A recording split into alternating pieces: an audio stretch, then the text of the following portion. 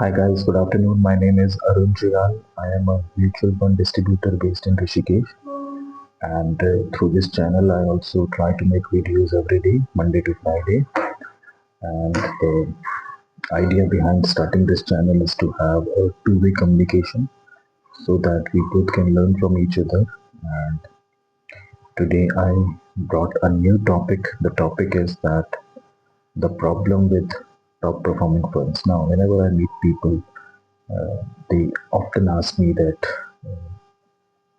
what's happening in mutual fund, like what is the best fund to invest, and the last the the return of they want to look at the return for the last 1 year, 2 year, or maybe 3 months, and they want to make a judgment based on that. So I'll tell you why this is not a right approach to invest. You have to understand that when you are asking about the top performing fund, you should know the time period. Now, when you are looking for only 1 year return, then it means that you are not looking at the bigger picture or the complete picture. You have to understand that performance rotates, and the the fund which may be looking hero today may not be in the list for the next 5 years, or the sector may not be in the list for the next 5 years. This is something you have to understand, and there is no guarantee of a shorter period return over a longer period of time. And you have to understand that recency bias tricks investors. We assume that if a fund has delivered staggering 25% CAGR in 1 year, then it will continue to do so for like 5, 10 years, which is practically impossible. And you have to understand that performance is not about sustainability. You uh, the top performing fund or ETF fund, or fund, for example, gold FOF, which delivers staggering return in last year, or silver for that matter. So you have to understand that the exposure in these funds should be aligned with your goals. It should be aligned with your overall investment portfolio. For example, if you are not in gold, then there is no harm in going for 10% gold. But if you are not in gold, but if you are all in gold, then you are gambling. So the idea is that performance rotates, and you have to understand that.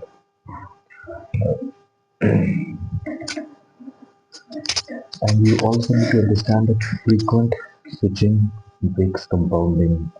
Chasing top funds lead to constant switching, and every switch resets discipline, increases emotional investments, and disturbs long-term growth.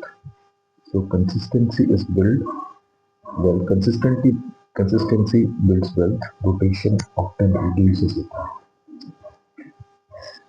So, what actually you have to look for, and what what is the thing that will affect your bottom line? Instead of asking which fund is number one, you have to look for your overall asset allocation. You have to think that whether this fund matches your financial goal or not, and does it fit in your asset allocation. Can I stay invested in this fund for a bad phase? If you can, then there is no problem with that. So I'll repeat whatever I said. You have to understand that top performing fund, when you are looking for top performance, you have to look for the time period. You have to look for a longer version, 10, 15 year performance. Then and only then you can think about entering in that fund. You should not get tricked by recency bias that if this fund has delivered 25% return in 1 year, then it will do that for a longer period of time, which practically never happens. And you have to understand that worth more than performance is not equal to sustainability, and you have to look for your goals, and frequently switching between funds will break your compounding process. And So what matters more is not the fund ranking. What matters is whether the fund suits your risk appetite, whether it is aligned to your goal.